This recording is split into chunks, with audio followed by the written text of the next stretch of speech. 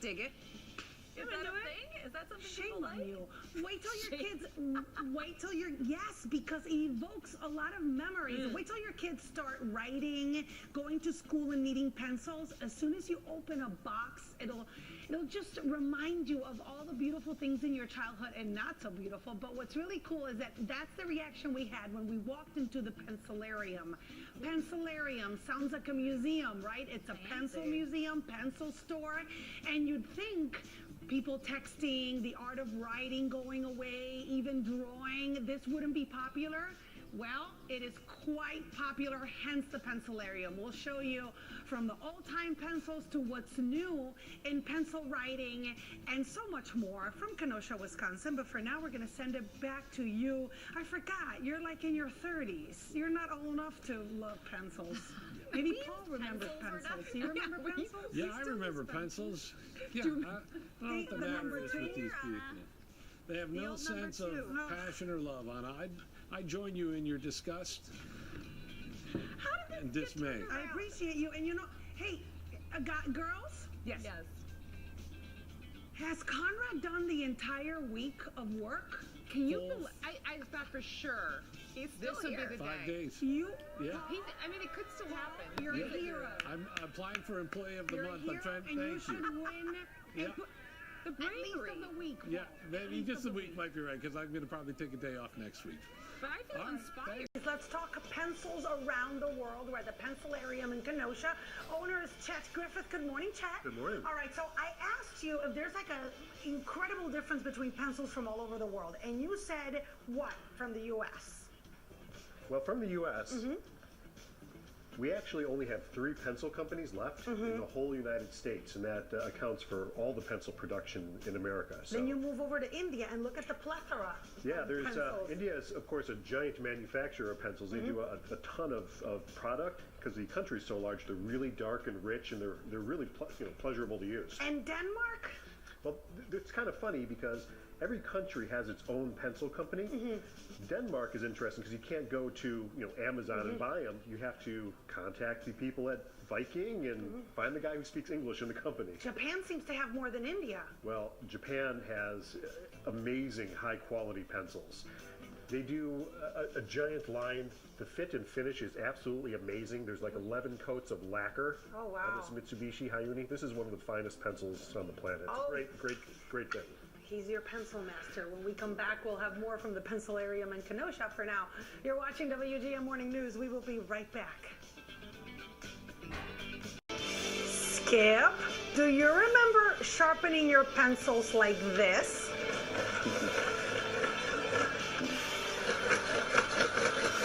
I don't know if the ladies ever did this, but this is how we old folks. Oh, thank God. Good. So, Chet, this is from 1919? 1919. Made in Chicago. Made in Chicago by the Dandy Pencil Sharpener. Do these still exist? Can you buy them on Amazon? No, not these anymore. Not these anymore. That's so cool. That's the kind of thing you can find here in the Pencillarium. And of course, a wall of updated pencil accessories and accoutrement, if you will. We're in Kenosha. We'll have more coming up around town. This is so satisfying. Morning, I'm in Kenosha at the Pencillarium, and this is a pencil dispenser for 50 cents. You could just get a pencil when you couldn't find one. Honestly, this could still come in handy for me. I'm here with Chet Griffith, who's the owner. Describe this place. I thought it was going to be a museum. It's kind of like a museum/store. It is kind of a museum. A museum you can buy things at. So what we do is we carry a lot of different pencils. These are the black wings. This is sort of the gateway drug to pencil world. They're high quality, really popular. They're beautiful and very functional. The back racks here, these back black racks are all filled with vintage, new old stock pencils. So what does that mean? That means they can be anywhere from 30 to 120 years old. Wow. And they're all new. They're all unsharpened. Where do you find these, Chet? Everywhere. garage sales, resale shops, online auctions, And then if we wherever move to this rack, what's in here? These are all new pencils. Okay. And so this is a smattering of new offerings. Okay. Again, from all around the world, different manufacturers that do all kinds of things. How did this place come about? Well, originally we carried a lot of art supplies, and then at one point we decided that we would go ahead and focus on something that I'm passionate about, and that's pencils. And so we got rid of all the other stuff, and we moved on to this. What are you showing us here? These are some of the bigger selling, newer pencils. Okay. And so, for example, this is the Blackwing that I was just telling you about. So this is the Blackwing Pearl, which is the balanced Blackwing. And it has a really nice, soft, smooth graphite. Okay. And obviously it's very Who's this good pretty. for? This is, a lot of artists use these. Yeah. They're a little soft and a little dark. And so writers, it tends to be a little smudgy, but writers use these as well. Let me see another one. This is the Viking. Okay. Okay, this is the Rollo, which is a natural, so that's a nice, pretty wood one. Now this one has a lot of wax to it, so it has a little bit of a smoother kind of gliding. Lighter. Yeah. So writers like to use this one quite a bit. Writers. Because you can journal and write with this one. Oh, okay. We talked about these before. This is the one that you sharpened. Right. You did a fine job, by the way. And we're going to say goodbye with that one. Yes. What's the difference with that one? Now, this is one that they produce in great quantity, but the interesting thing is every single one is unique. They're all different. All right, when we come back, we'll show you more from the Pencillarium in Kenosha, including a collection of old-time sharpeners. Most adorable thing. Back to you guys. So neat. And stick pencils, you need a pencil sharpener. We are at the Pencillarium, which is museum/store of beautiful pencils. Chet is the owner. I was looking out this way, and these kind of look like miniature salt shakers, but they're not. They're pencil sharpeners, Chet. Yeah, these are vintage sort of Chinese novelty sharpeners from the 60s and 70s. Probably not so great for sharpening pencils, but they're cool. You say they're pretty popular. Look at these. These are sewing machines and a phone. Where did you find these? All over the place. Oh my goodness, you have a wall of them. How much do they cost? They are about $6.50 a piece. And then there's one group that is a little bit more because they came from Thailand. I want to get to this wall too, because we were asking you if these are original. With these Coca-Cola pencils, when are these from? Those are from the 60s. That's really cool. And then look at this bucket right here. I go, hey, are those all these rejects that you got like from the dentist and so on? Lauren and Sarah, what are these? I wasn't too far away from that, right? Well, these are all vintage advertising pencils. So every single business had their own pencil, back in the 40s and 50s. And so we just collect them up, and we have a ton of them. All right, perfect. When we come back around town, more from the Pencillarium in Kenosha, Wisconsin.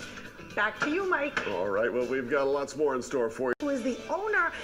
This is your box of antiques. I love this. Tell me the story about these pencils, which actually don't write on paper. They do not. These are actually from 1880, and these are old slate pencils, which used to look like this. Not exactly exciting, and then someone at the Eagle Company got the bright idea to, hey, let's put colors on them. And so this is really one of the first boxes of colored pencils. So think Little House on the Prairie. Think Little House on the Prairie. Got it. Oh, I like these. These are the bullet pencils? Those are bullet pencils, advertising from the 40s and 50s. Okay, You would get them as a souvenir, let's say if you went to Buffalo or wherever. And the cool thing about having them in the case is that they don't get your pocket all dirty. See? Because when you love pencils, that may happen. All right, when we come back around town, we'll show you more vintage antique pencils at the Pencillarium in Kenosha, Wisconsin. For now, we're going to send it back to Mike. Well, again, these are all new old stock pencils, which means that they could be 50, 60, 100 years old. And the thing that really kind of blows people's minds is how cool the packaging was. These are from the 40s. Oh, how cool. Pretty cool stuff. And so there's a sliding mechanism to a lot of these boxes, so there's like an interactivity to that. Where's the one that had that really cool logo that you showed me? Yeah, it almost looked like a soap box. This is again one of the first colored pencils, and you pull these things open, and there would be this really old lithography. Just beautiful stuff. That is so awesome. What's really neat too is that they allow you here to try the different pencils, and you're like, yeah, whatever. Look at all the doodles my engineer Eric and I have done the entire morning. morning. For some reason, I say it again. I keep using this word because that's what the hip kids talk about. It's very satisfying. It is. You know, the feel of using a pencil is somehow organic and real. So this would be, we were talking about, like the kind of cheap pencil my kids or your kids may use at school, right? Right. And they feel kind of tough. And you wouldn't know unless you had something better to compare it to. So we'll do the Japanese one, which you said is wonderful. And it just glides. And it's darker than the cheap one I just used. Right. That particular one's a little softer, a little darker. How much is the Japanese pencil? About $2.75 a piece. And if you want to buy a box? They're, $22 a box. Got it. And then let's talk about the World War II pencils. Well, these are pretty cool because during the war effort, all the brass was rationed, and so all the ferrules, and that's the little part that holds the eraser on. Yeah. They're made out of either cardboard or plastic. So they're super colorful and almost the same thing. It's business as usual, except there's no metal to be used. Are these originals? These are all originals. Where'd you find these? Everywhere. Online auctions. You won't tell me. And it's nice because sometimes people bring me things. It's a nice place to be. That is really cool. And of course, you also have monthly exhibitions from local artists in Kenosha? Correct. I mean, we are artworks here. And so what we do is we try to host monthly art exhibits, and they're all themed. And so this is the remnants of the Red Show, where every single piece had a little bit of red in it. And so art, framing, everywhere. Pencils, all kinds of good stuff. All of it in Kenosha. Take the trip down here. It's wonderful. Chad, it was great to meet you. It was great meeting you. All right, guys, that's the Pencillarium. Back to you. Have a great